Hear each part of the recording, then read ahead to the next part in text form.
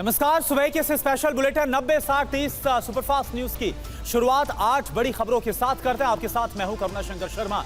कोलकाता दरिंदगी मामले में सीबीआई ने जांच का जिम्मा संभाल लिया है। आज सीबीआई की टीम कोलकाता पहुंच जाएगी और क्या हो रहा है ये आपको बताएंगे पूरी जानकारी। इसके अलावा केजरीवाल की जमानत याचिका पर आज सुप्रीम कोर्ट में सुनवाई होगी। क्या है पूरा मामला, समझने की कोशिश करेंगे। जम्मू कश्मीर में चुनाव की तारीखों का जल्द ऐलान हो सकता है। दिल्ली में आज गृह सचिव के साथ अहम बैठक है। इसके साथ ही शेख हसीना पर बांग्लादेश में हत्या का केस चलेगा। क्या है पूरा मामला, क्या बांग्लादेश में बड़ा विद्रोह होने वाला है, पूरी जानकारी आपको देंगे। और साथ ही विनेश फोगाट के मेडल पर क्यों टला फैसला, अब कब तक करना होगा इंतजार, ये खबर भी आपके सामने। नमस्कार, आप सभी के साथ मैं हूं प्रतिमा मिश्रा। इसके अलावा नक्सलियों के खिलाफ छापेमारी के दौरान पुलिस को क्या कुछ मिला जिसे देखकर हर कोई हैरान रह गया, ये बताएंगे। दिल्ली में यमुना का लगातार जलस्तर बढ़ने से क्यों टेंशन में है लोग, सरकार इसको लेकर क्या एक्शन ले रही है, ये भी बताएंगे। इसके अलावा 15 अगस्त को लेकर क्या कुछ तैयारियां हैं, कहां-कहां तिरंगा यात्रा निकाली जा रही है, इसकी डिटेल भी आपके सामने होगी। लेकिन शुरुआत करेंगे बड़ी और अहम खबर के साथ। कोलकाता रेप केस में अभी की सबसे बड़ी खबर आपके सामने, जहां सेमिनार हॉल के पास मरम्मत का काम हो रहा है। सेमिनार हॉल में डॉक्टर से रेप हुआ था। सीबीआई के पहुंचने से पहले मरम्मत का काम हो रहा है, जिसको लेकर कई तरह के सवाल पूछे जा रहे हैं। क्या सबूतों से छेड़छाड़ करने की साजिश की जा रही है, ये भी बड़ा सवाल। कलकत्ता हाईकोर्ट के आदेश के बाद अब लेडी डॉक्टर रेप और मर्डर की जांच सीबीआई के हवाले है। लेकिन उससे ठीक पहले आरजी कर अस्पताल के सेमिनार रूम के पास शुरू हुआ मरम्मत का काम सवालों के घेरे में है। ये सवाल इसलिए अहम है क्योंकि इसी सेमिनार रूम में लेडी डॉक्टर का शव मिला था। फिर ऐसी क्या जल्दी है कि यहाँ मरम्मत का काम शुरू कर दिया गया? शक है कि सीबीआई के पहुँचने से पहले सबूतों से छेड़छाड़ की जा रही है। आज दिल्ली से सीबीआई की टीम कोलकाता जाएगी। टीम के साथ फॉरेंसिक और चिकित्सा विशेषज्ञ भी होंगे। आज सुबह 10 बजे राज्य पुलिस सीबीआई को केस डायरी सौंपेगी। 3 हफ्ते बाद मामले की अगली सुनवाई होगी। पूरी जांच हाईकोर्ट की निगरानी में होगी। पोस्टमार्टम रिपोर्ट में महिला डॉक्टर के साथ बर्बरता और रेप की पुष्टि हुई है। इस रिपोर्ट के आधार पर गैंगरेप की आशंका भी जताई जा रही है। हाईकोर्ट ने पूरे मामले में पुलिस की जाँच पर भी सवाल उठाया और पूछा कि तत्कालीन प्रिंसिपल की दूसरे कॉलेज में नियुक्ति क्यों की गई? प्रिंसिपल डॉक्टर संदीप घोष से पूछताछ क्यों नहीं हुई? परिजनों को शव दिखाने में देरी क्यों की गई? हाईकोर्ट ने डॉक्टर संदीप कुमार घोष को छुट्टी पर जाने का आदेश दिया।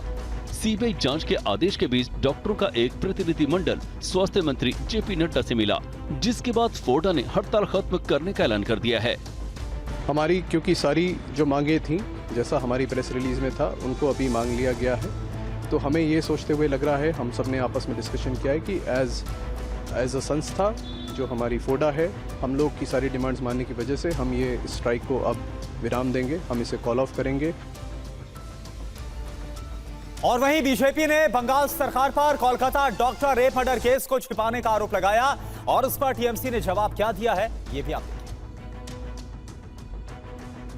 बंगाल एक ऐसा प्रदेश बन गया है जहां कानून व्यवस्था नाम की कोई चीज नहीं रहती है। लॉलेसनेस चरम शिखर पर है और दुख की बात यह है कि महिलाओं पर अत्याचार दिन प्रतिदिन वेस्ट बंगाल में बढ़ रहा है।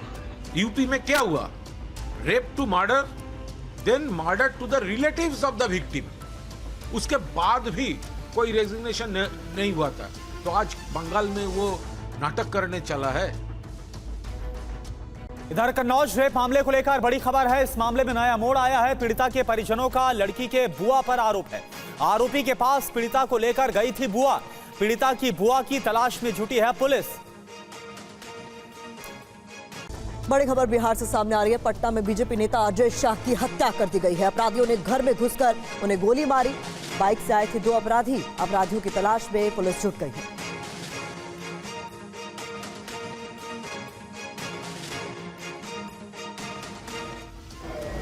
बिहार की राजधानी पटना में बेखौफ अपराधियों ने खूनी वारदात को अंजाम दिया है।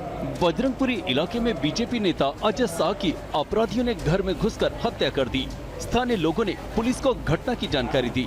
अचानक 2 बार कुछ आवाज आई, ऐसा लगा जैसे कि गोली चली, लेकिन हम लोग सोचे कि दरवाजा लगा होगा, लेकिन जो डेट किए हैं वो जब चिल्लाए बाप रे बाप, तो हम लोग बाहर निकल के देखें तो वो दरवाजे के पास पड़े हुए। हम लोग तुरंत फिर दीदी को फ़ोन करके बताएं कि ऐसा बात है, सबको फ़ोन किए।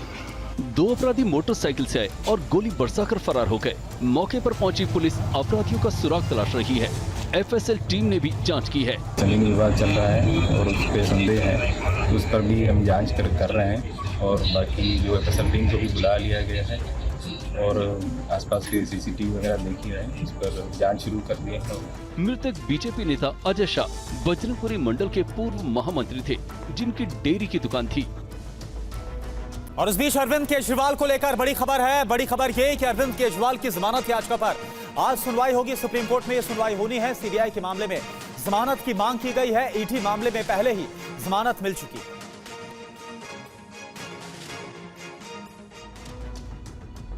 अरविंद केजरीवाल ने शराब नीति मामले में सीबीआई की ओर से दर्ज केस में अपनी गिरफ्तारी को चुनौती दी है। साथ ही उन्होंने कोर्ट से जमानत की भी गुहार लगाई है। सुप्रीम कोर्ट इस मामले में जमानत के अनुरोध वाली केजरीवाल की याचिका पर भी अलग से सुनवाई करेगी। जस्टिस सूर्यकांत और जस्टिस उज्जवल भुइयां की पीठ केजरीवाल की दोनों याचिकाओं पर सुनवाई करेगी। सुप्रीम कोर्ट 12 जुलाई को इस केस में ईडी की तरफ से की गई गिरफ्तारी को लेकर उन्हें अंतरिम जमानत दी थी, लेकिन 26 जून को सीबीआई द्वारा गिरफ्तार किए जाने की वजह से वो अभी भी जेल में है। सुप्रीम कोर्ट से पहले अरविंद केजरीवाल ने जमानत के लिए हाई कोर्ट में याचिका डाली थी, लेकिन वहां उनकी याचिका को खारिज कर दिया गया और अरविंद केजरीवाल को ट्रायल कोर्ट जाने को कहा गया था, जिसके बाद अरविंद केजरीवाल के वकील ने सुप्रीम कोर्ट का दरवाजा खटखटाया है। दिल्ली की आबकारी नीति में कथित घोटाले से जुड़े भ्रष्टाचार के मामले की जाँच कर रही सीबीआई ने मुख्यमंत्री अरविंद केजरीवाल को 26 जून को तिहाड़ जेल से गिरफ्तार किया था। इससे पहले 21 मार्च को मनी लॉन्ड्रिंग के आरोप में ईडी ने मुख्यमंत्री अरविंद केजरीवाल को गिरफ्तार किया था। अब दिल्ली में तिरंगा फहराने पर जारी विवाद पर बड़ी खबर। दिल्ली में 15 अगस्त को सीएम केजरीवाल की जगह झंडा कौन फहराएगा, ये साफ हो गया। दिल्ली के उपराज्यपाल विनय कुमार सक्सेना ने 15 अगस्त को राष्ट्रीय ध्वज फहराने के लिए दिल्ली के गृह मंत्री कैलाश गहलोत के नाम को मंजूरी दी है, जबकि दिल्ली सरकार में मंत्री गोपाल राय ने मुख्यमंत्री की सलाह पर आतिशी का नाम उन्हें भेजा था। उनकी जगह मैं मंत्री के तौर पे झंडा 15 अगस्त को फहराऊं। उन्होंने पहले एक चिट्ठी लिखी तिहाड़ से एलजी साहब को। दिल्ली सरकार ने कैलाश गहलोत के नाम पर मंजूरी दे जाने का स्वागत किया है। जम्मू कश्मीर को लेकर बड़ी खबर। जल्द हो सकते हैं चुनाव। आज गृह सचिव के साथ चुनाव आयोग की बैठक है। इस बैठक में सुरक्षा को लेकर समीक्षा की जाएगी।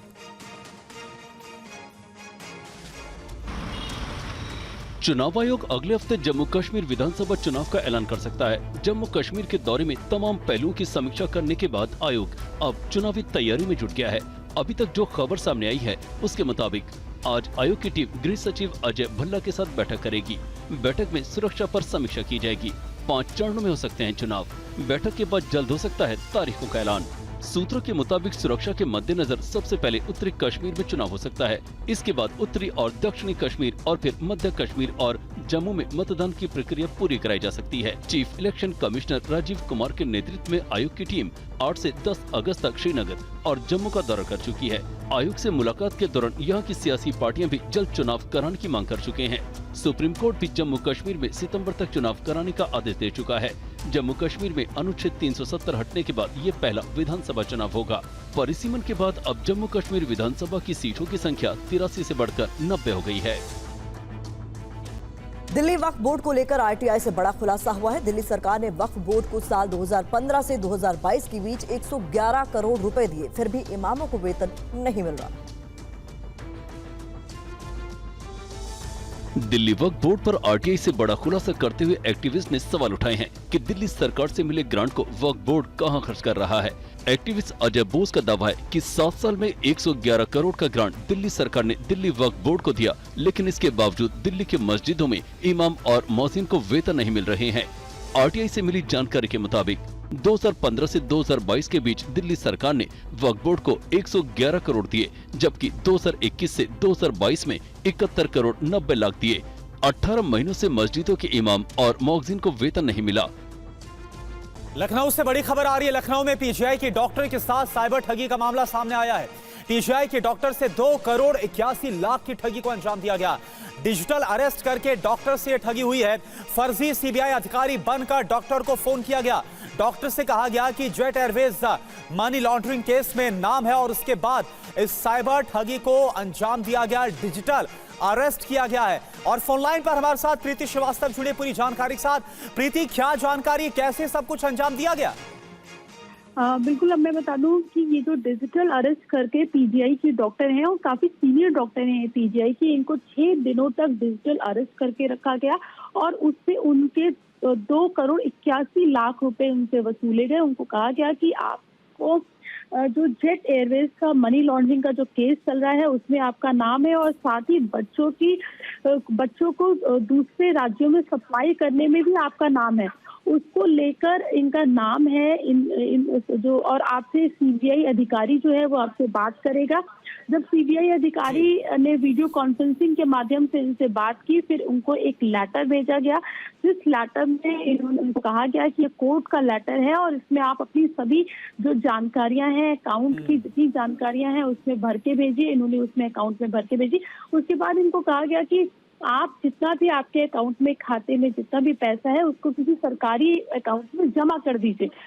उसके बाद इस तरीके की पूरी जो अरेस्टिंग थी, डिजिटल अरेस्ट। बिल्कुल, तो लखनऊ का ये मामला प्रीति, और यहाँ पर डिजिटल अरेस्ट करके फर्जी सीबीआई अधिकारी बनकर डॉक्टर के साथ 2 करोड़ 81 लाख की ठगी को अंजाम दिया गया। शुक्रिया आपका इस पूरी जानकारी में चलेगा। आइए समझते हैं कि मुकदमा क्यों चलेगा। बांग्लादेश छोड़ने के बाद शेख हसीना के खिलाफ केस दर्ज होने की शुरुआत हो गई है। हसीना के खिलाफ अभी एक किराना दुकानदार की हत्या का मामला दर्ज किया गया है।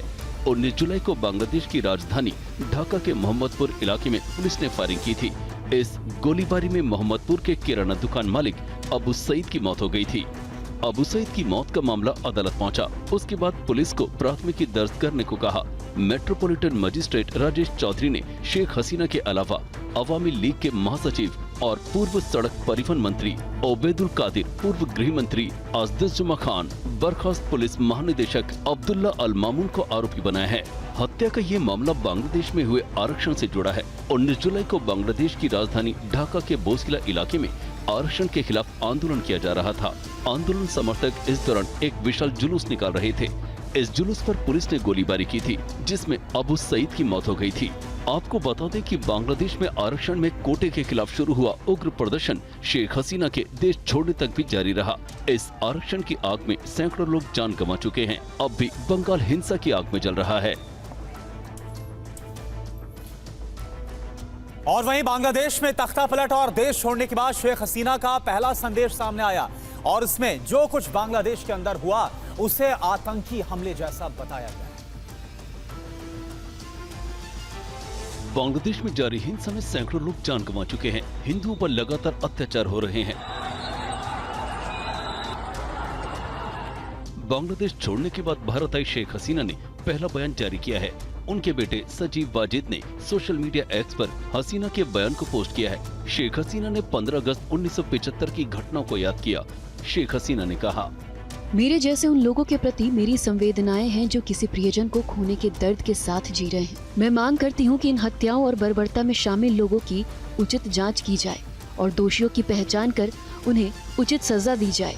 हसीना ने बांग्लादेश में आरक्षण के नाम पर हुई हिंसा का जिक्र करते हुए कहा कि पिछले जुलाई से अब तक आंदोलन के नाम पर तोड़फोड़, आगजनी और हिंसा में कई लोगों की जान जा चुकी है। छात्र, शिक्षक, पुलिस, यहाँ तक कि पार्टी नेता, विभिन्न संस्थानों के कार्यकर्ता जो आतंकवादी हमले का शिकार होकर मारे गए हैं, मैं उनके प्रति शोक व्यक्त करती हूँ। और इस बीच अगली बड़ी खबर भी बांग्लादेश से ही है, जहां पर एक बार फिर से विद्रोह की आग भड़क सकती है, इसकी आशंका तेज होती जा रही है। आवामी लीग के समर्थक ही ये विद्रोह कर सकते हैं। इसी महीने में बड़े प्रदर्शन की आशंका व्यक्त की जा रही है। आवामी लीग के नेता कर रहे हैं बड़ी तैयारी।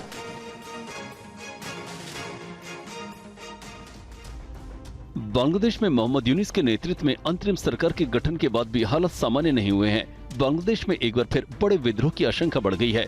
माना जा रहा है कि इस बार शेख हसीना की पार्टी अवामी लीग के समर्थक ये विद्रोह कर सकते हैं, जो इसी महीने हो सकता है। बांग्लादेश में आरक्षण पर छात्र आंदोलन के चलते शेख हसीना को सत्ता गंवानी पड़ी थी। अब उनकी पार्टी उसी छात्र आंदोलन का जवाब देने की गुपचुप तैयारी में जुटी है। तख्ता पलट के बाद शेख हसीना की पार्टी के 25 से ज्यादा नेताओं की हत्या कर दी गई। फिलहाल शेख हसीना भारत में है। ओलंपिक में 2 ब्रॉन्ज मेडल जीतने वाले शूटर मनु भाकर ने टीवी 9 भारतवर्ष से खास बातचीत में कहा, वो टोक्यो के बाद पेरिस का गेम हर हाल में जीतना चाहती थी। भाकर ने कहा कि टीम और कोच ने उनका मनोबल बढ़ाया। मेरा सबसे पहला सवाल है, जब छोड़कर भारत जा रही थी खेलने के लिए, क्या सोचा था कि जब वापस आएंगी तो इस तरीके से जोरदार स्वागत होगा और आप भारत की सेंसेशन बन जाएंगे? दरअसल टोक्यो के बाद से ही बिल्कुल दिमाग में था कि पेरिस में कुछ बढ़िया करना है और मेरी पूरी टीम ने इस तरीके से ही मेहनत करी है। हमने सब ने ऐसे ही प्रैक्टिस करी है कि यहाँ बढ़िया प्रदर्शन दिखाना है, यहाँ बढ़िया करना है और वो काफ़ी अच्छा भी रहा और 2 मेडल और 1 4th फिनिश रहा। आपका गेम ऐसा है जिसमें फोकस चाहिए, कंसंट्रेशन चाहिए। How do you manage that? Tokyo से यहाँ तक 3 साल का सफ़र रहा। कोविड की वजह से वो जैसे पोस्टपोन हो गया था। तो हालांकि 2020 में फॉर्म बहुत अच्छी चल रही थी, पर वो 2021 में मेंटेन नहीं हुई और ऐसे ही इस बार वैसे प्लान किया कि इस टाइम पे पीक करना है, तो उस तरीके से ट्रेनिंग हुई और मेंटेन की बात जब आप करो तो मतलब लगता है काफ़ी मुश्किल लगता है काफ़ी बार कोप अप करना, जब थोड़ा बुरा फेस चल रहा हो, जब ऐसे लग रहा हो कि अब नहीं हो रहा बस करो, तो उस समय में थोड़ा सा मुश्किल लगता है और फैमिली का सपोर्ट उस टाइम पे काफ़ी मैटर करता है, फ्रेंड्स का सपोर्ट मैटर करता है और कोच का विश्वास बहुत मैटर करता है। तो आई थिंक उन सब की वजह से मैं सर्वाइव कर पाई। उधर रेसलर विनेश फोगाट के मेडल पर फैसला जो है फिलहाल टल गया है। 16 अगस्त तक का इंतजार मेडल के लिए और करना होगा। दंगल गर्ल विनेश फोगाट को मेडल मिलेगा या नहीं, इसके लिए अब भी देशवासियों को इंतजार करना होगा। मंगलवार को फैसले की उम्मीद थी, लेकिन खेल पंचायत न्यायालय ने फिर तारीख बढ़ा दी है। यानी विनेश को सिल्वर मेडल मिलेगा या नहीं, इसके लिए 16 अगस्त तक इंतजार करना होगा। 16 अगस्त को अगर फैसला विनेश के पक्ष में आया तो उन्हें सिल्वर मेडल मिलेगा, फैसला खिलाफ में आया तो उन्हें निराशा ही हाथ लगेगी। 5-6 दिन हुए जो फैसला के ऊपर जो इंतजार करे, इसी फैसला को वो जो फैसला दिखता है, जो तारीख पर तारीख जो चढ़ रहे हैं, तो इसे आस उम्मीद है जो फैसला के ऊपर जो गन गिरता है विचार किया जा रहा है। हमारे बढ़िया वकील हैं, तो मुझे आस उम्मीद है जो फैसला जो है 144 करोड़ भारतवासियों के लिए ठीक सुनने को मिलेगा। आपको बता दें कि पहले CAS ने फैसला सुनाने के लिए 10 अगस्त का दिन रखा था, फिर 13 अगस्त को फैसला आने की उम्मीद थी, लेकिन अब 16 अगस्त तक बढ़ा दिया गया है। आमतौर पर एडहॉक पैनल को फैसला सुनाने के लिए 24 घंटे का समय दिया जाता है, लेकिन इस फैसले को सुनाने के लिए लंबी तारीख रखी। और अब खबर पेरिस ओलंपिक टीम के खिलाड़ियों से पीएम मोदी की मुलाकात को लेकर। खबर है कि प्रधानमंत्री मोदी स्वतंत्रता दिवस के दिन इन खिलाड़ियों से मुलाकात कर सकते हैं। देखिए आप। पेरिस ओलंपिक इस बार 26 जुलाई से 11 अगस्त तक हुए। इसके लिए भारत का 117 सदस्यीय दल पेरिस गया हुआ था, जिसमें से ज्यादातर खिलाड़ी अब वापस लौट आए हैं। सूत्रों के हवाले से खबर है कि प्रधानमंत्री मोदी 15 अगस्त को पेरिस ओलंपिक में भाग लेने वाले भारतीय दल से मुलाकात कर सकते हैं। ये मुलाकात स्वतंत्रता दिवस कार्यक्रम के बाद दोपहर करीब 1 बजे हो सकती है। भारत ने इस बार पेरिस ओलंपिक में कुल 6 मेडल जीते हैं। इससे पहले पीएम मोदी ने पेरिस ओलंपिक के लिए रवाना होने से पहले भी खिलाड़ियों से मुलाकात कर उनकी हौसला अफजाई की थी। देश के अलग अलग हिस्सों से तिरंगा यात्रा से जुड़ी शानदार तस्वीरें सामने आई हैं। कश्मीर से लेकर राजस्थान तक केंद्रीय मंत्रियों और मुख्यमंत्रियों के साथ आम लोग आजादी के अमृत उत्सव में शामिल। हर घर तिरंगा यात्रा का पूरे देश में आयोजन चल रहा है। कश्मीर से लेकर कन्याकुमारी तक इसकी धूम है। जम्मू कश्मीर के रियासी में दुनिया के सबसे ऊंचे रेलवे पुल चिना ब्रिज पर 750 मीटर लंबे तिरंगे के साथ यात्रा निकाली गई। रैली में स्कूली बच्चों के साथ रेलवे के अधिकारी भी शामिल हुए। श्रीनगर के डल झील के किनारे मोटरसाइकिल से यात्रा निकाली गई, जो शालीमार गार्डन तक गई। यात्रा का आयोजन CRPF ने किया था। गुजरात के अहमदाबाद में गृह मंत्री अमित शाह ने सबसे पहले अपने घर पर तिरंगा फहराया, फिर यात्रा में शामिल हुए। उनके साथ गुजरात के मुख्यमंत्री भूपेंद्र पटेल सहित कई मंत्री शामिल हुए। जम्मू कश्मीर के कठुआ में केंद्रीय मंत्री जितेंद्र सिंह ने यात्रा की अगुवाई की। यहां बड़ी संख्या में लोग शामिल हुए। हरिद्वार के रुड़की में उत्तराखंड के सीएम पुष्कर सिंह धामी ने हर घर तिरंगा यात्रा अभियान में शिरकत की। राजस्थान की राजधानी जयपुर में सीएम भजनलाल शर्मा ने इसकी अगुवाई की। यात्रा में बीजेपी के सैकड़ों कार्यकर्ता शामिल हुए। इस मौके पर देशभक्ति नारे लगाए गए।